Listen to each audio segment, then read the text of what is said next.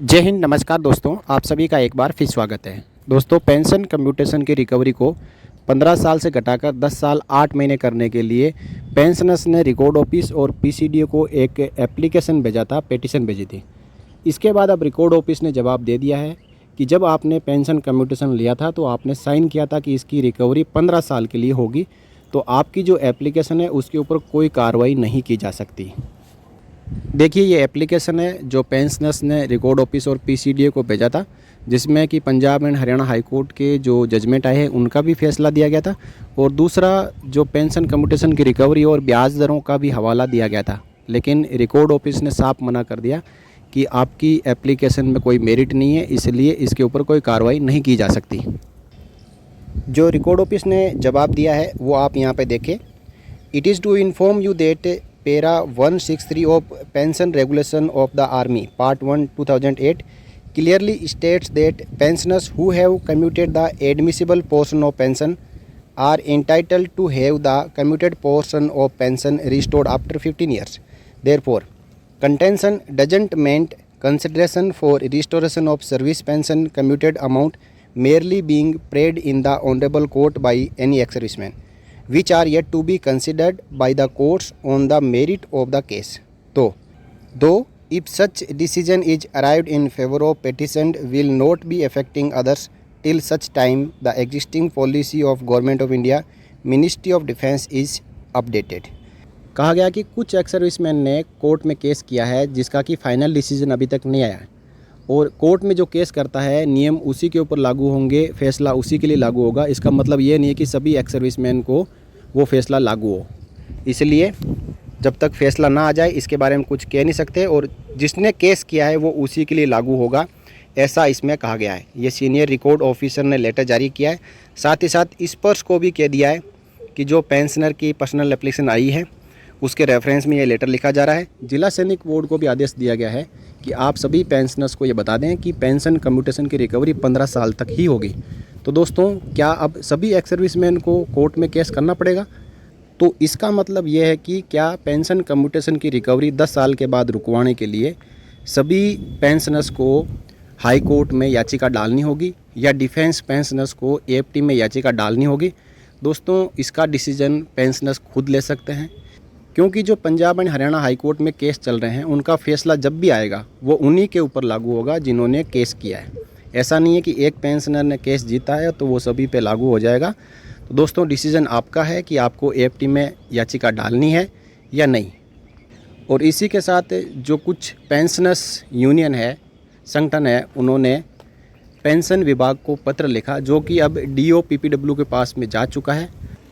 Government of India, ministry of personnel, PG and pensions, department of personnel and training, इन्होंने 4 जून 2024 को restoration of commuted portion of pension to 12 years from the present 15 years इस नाम का एक office memorandum under secretary department of pension and pensioners welfare को भेजा है।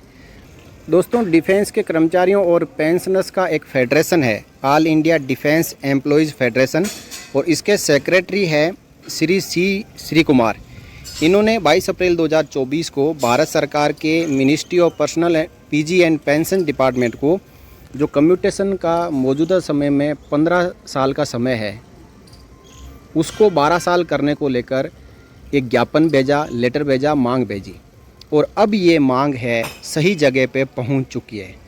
Under secretary admin department of pension and pensioners welfare, यानी भारत सरकार के पेंशन विभाग के पास ये मांग पहुंच चुकी है, और जो अभी तक मुहिम चलाई जा रही थी उस मुहिम में एक कड़ी और जुड़ चुकी है।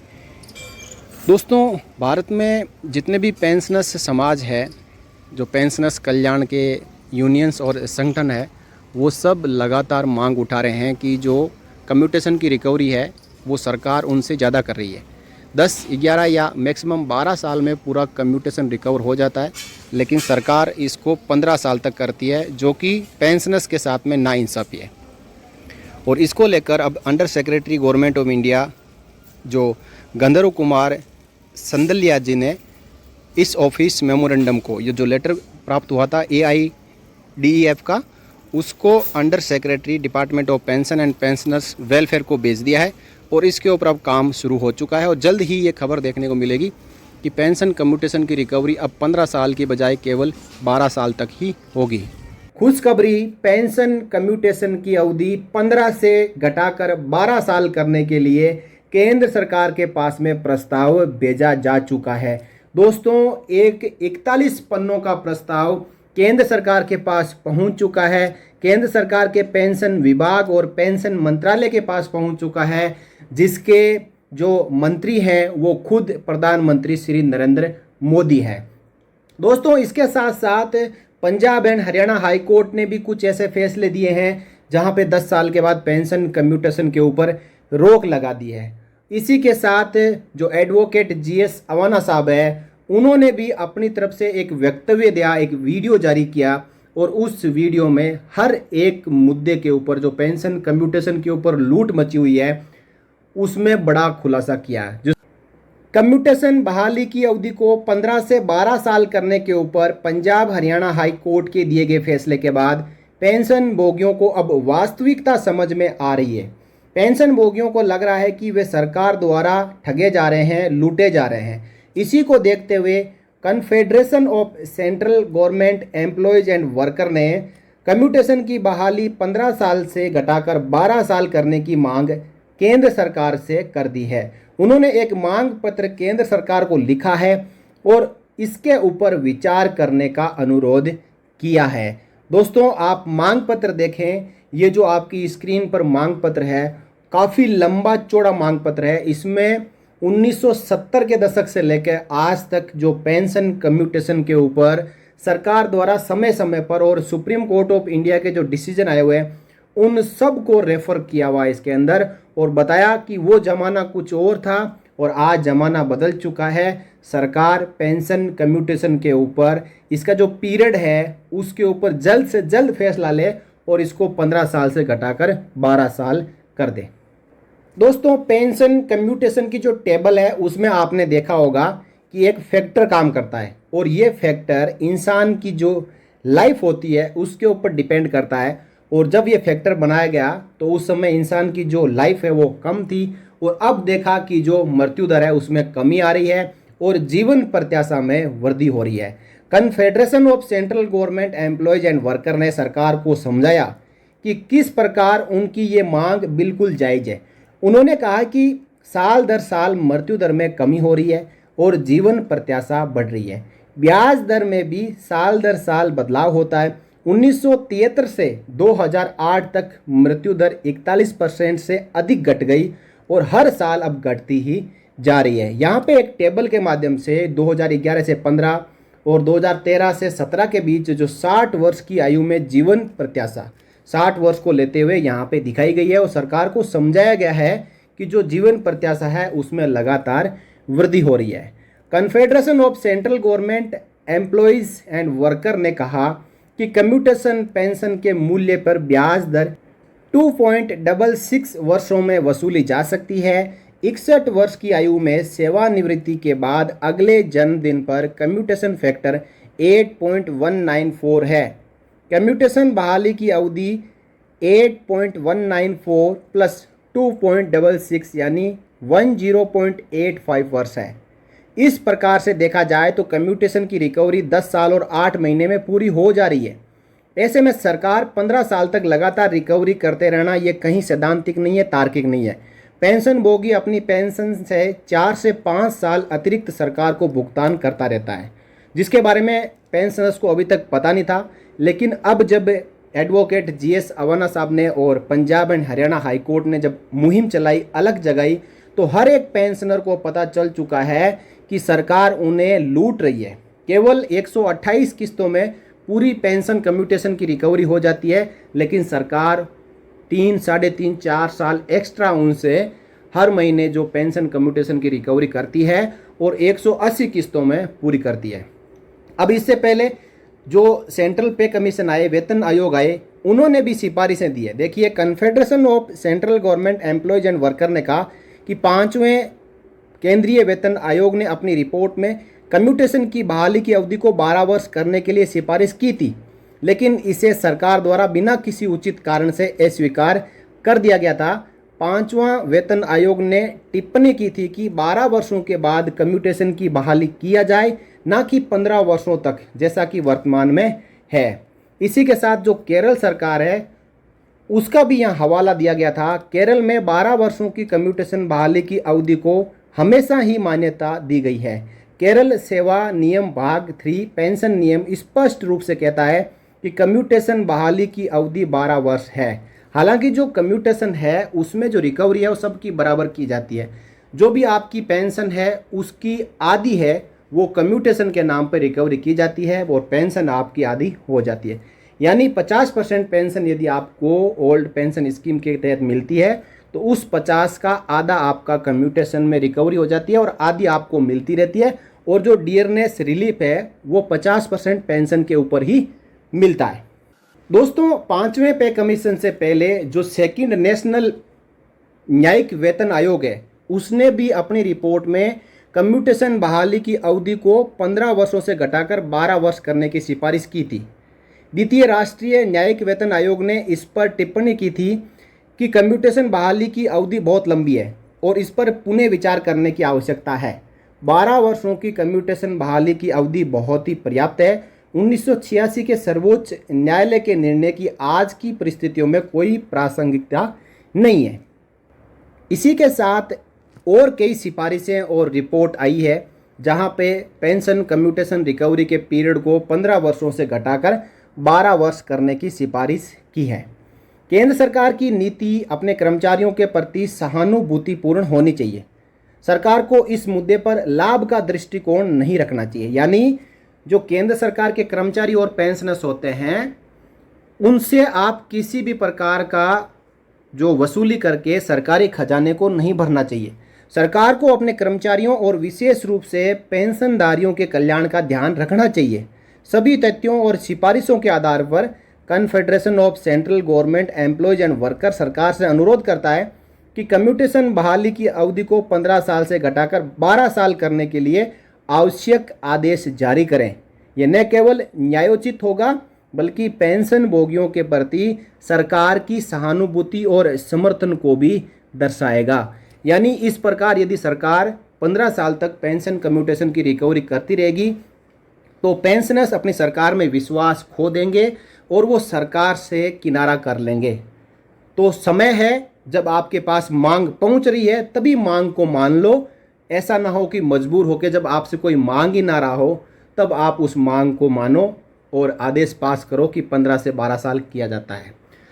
दोस्तों, इतिहास गवाह है कि हमारे देश में जब जब कोई मांग उठी है तो वो मांग जब तक उस हद तक नहीं गई है कि लोगों ने जो शांतिपूर्वक तरीके से मांग के अलावा कोई दूसरा रास्ता जब तक नहीं चुना है तो सरकार ने मांगें नहीं मानी है। लेकिन अब समय बदल चुका है। सरकारी संपत्ति का नुकसान, तोड़फोड़, ये सब बातें अब पीछे रह गई है। देश विकसित होने की ओर अग्रसर है। 2047 का सपना लिए चल रहा है और ऐसे समय में जब देश विकासशील की ओर से विकसित होने जा रहा है, देश तीसरी सबसे बड़ी अर्थव्यवस्था बनने जा रहा है, तो ऐसे में अपने ही देश में अपने ही कर्मचारियों और पेंशनर्स को जो लूटा जा रहा है ये लूट खत्म करनी होगी और पेंशन कम्यूटेशन की बहाली 12 साल के बाद में करनी होगी। दोस्तों, आपकी इसके बारे में क्या राय है? आप अपनी राय कमेंट बॉक्स के जरिए ज़रूर रखें और वीडियो को कम्यूटेशन बहाली की अवधि को 15 साल से घटाकर 12 साल करने के समर्थन में ज़्यादा से ज़्यादा शेयर करें। देखिए, अब हम कम्यूटेशन टेबल के साथ समझेंगे कि सिपाही से लेके ऑनरेरी कैप्टन तक अपने 15 साल की कम्यूटेशन रिकवरी के दौरान टोटल कितने लाख रुपए का लॉस होता है। Commuted pension recovery loss to pensioners, loss comparison 15 years versus 12 years. Punjab and Haryana high court में 11.5 ईयर्स की बात की गई, लेकिन यहाँ पे हमने 12 साल तक रिकवरी के डाटा लिए हैं क्योंकि जो गुजरात सरकार है उसने 12 साल का आदेश दिया है। यदि 11.5 ईयर में रिकवरी के लिए Punjab and Haryana high court आदेश देता है तो पेंशनर्स के लिए और भी अच्छा है। इस टेबल में देखें, रैंक ली हुई है, क्वालिफाइंग सर्विस ली हुई है, 7वें पे कमीशन की जो पे है वो पे ली हुई है। उसके बाद जो एमएसपी है उसको लिया हुआ है, फिर टोटल पेंशन ली गई है, साथ में पे कमीशन की पे, और उसके ऊपर एमएसपी उसका आधा, फिर एज ऑन नेक्स्ट बर्थडे, क्योंकि ये फैक्टर में लिया गया है कम्यूटेशन कैलकुलेशन में, एज ऑन नेक्स्ट बर्थडे लिया जाता है और उसी के मुताबिक जो कम्यूटेड वैल्यू ऑफ पेंशन का फैक्टर लिया जाता है।